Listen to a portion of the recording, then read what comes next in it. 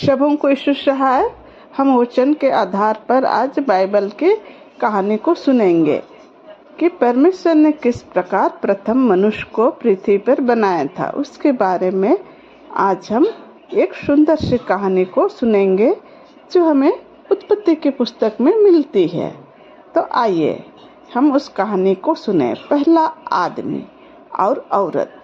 इस तस्वीर में ऐसा क्या दिखाई दे रहा है जो पिछली तस्वीर में नहीं था? जी हाँ, इसमें इंसान दिखाई दे रहे हैं। ये पहला आदमी और पहली औरत है।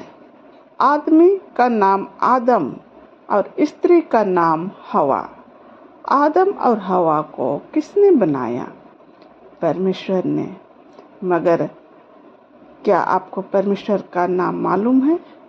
उसका नाम है यहोवा।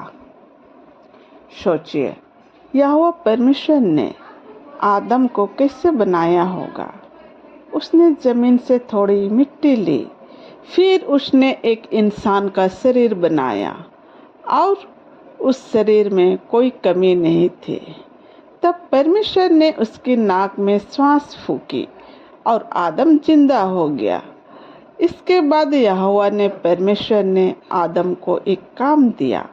उसने आदम से कहा कि वह सब जानवरों के नाम रखे। आदम शायद उन्हें बड़ी देर तक देखता रहा होगा ताकि वह उनमें से हर एक को कोई अच्छा सा नाम दे सके। जब आदम जानवरों के नाम रख रहा था तो उसने कुछ देखा। पता है क्या? उसने देखा कि सब जानवरों के साथी थे। वहाँ पापा हाथी और मम्मी हाथी थे।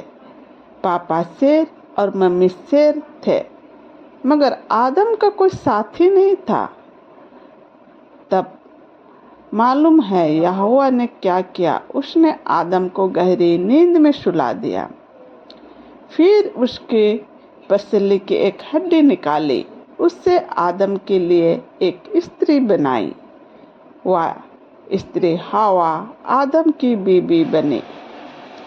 अब आदम बहुत खुश था। सोचिए, जब हवा ने इतना खूबसूरत आदम बगीचा देखा होगा तब वह कितनी खुशी हुई होगी।